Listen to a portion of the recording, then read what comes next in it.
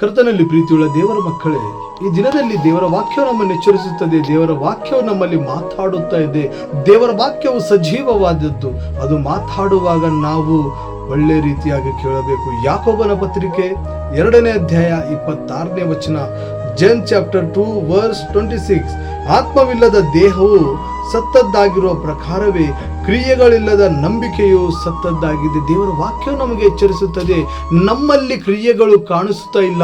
ನಮ್ಮಲ್ಲಿ ದೇವರಿಗಾಗಿ ಜೀವಿಸುವ ಕ್ಷಣವೂ ಕಾಣಿಸುತ್ತಾ ಇಲ್ಲ. ದಿನವಂತ ಹೇಳುತ್ತಾ ಇಲ್ಲರೇನು, ಆದರೆ ಕ್ಷಣವೂ ಇಲ್ಲಂತೆ ನಮ್ಮ ಜೀವಿತದಲ್ಲಿ ದೇವರಿಗಾಗಿ ನಾವು ಜೀವಿಸುತ್ತಿಲ್ಲ. ಯಾಕೆಂದರೆ ಇದೇ ಯಾಕೋಬನ ಪತ್ರಿಕೆಯಲ್ಲಿ ದೇವರು ನಮ್ಮನ್ನು ಎಚ್ಚರಿಸುತ್ತಾ ಹೇಳುತ್ತಾನೆ, ನೀವು ಸ್ವಲ್ಪ ಹೊತ್ತು ಕಾಣಿಸಿಕೊಂಡು ಆಮೇಲೆ ಕಾಣದೆ ಹೋಗುವ ಎಬ್ಬಿನಂತಿದ್ದೀರಿ. ಅಂದರೆ ನಮಗೆ ನೋ ಗ್ಯಾರಂಟಿ ಎಂದು ದೇವರು ಹೇಳಿದಾಗ ಆದರೂ ನಾವು ಆ ಮಾತನ್ನು ಮರೆತು ಬಿಟ್ಟು ಕ್ರಿಯೆಗಳು ಮಾಡಲಾರದಂತೆ ನಮ್ಮ ಶರೀರದಿಂದ, ನಮ್ಮ ದೇವರು ಕೊಟ್ಟಿರುವಂತೆ ದೇಹದಿಂದ ದೇವರ ಕ್ರಿಯೆ ಇರಲಾರದಂತೆ ಇರುವಂತ ನಾವು ಇದ್ದರೂ ಸತ್ತವರಾಗಿದ್ದೇವೆ. ಅದಕ್ಕಾಗಿ ಜ್ಞಾಪಕ ಮಾಡಿಕೊಂಡು ನಮ್ಮ ಜೀವಿತದಲ್ಲಿ ಈ ದಿನದಿಂದಾದರೂ ನಾವು ಕ್ರಿಯೆಗಳನ್ನು ಮಾಡುತ್ತಾ ದೇವರನ್ನು ಸಂತೋಷಪಡಿಸುವವರಾಗಿರಬೇಕು. ದೇವರು ಈ ವಾಕ್ಯವನ್ನು ಆಶೀರ್ವದಿಸಲಿ.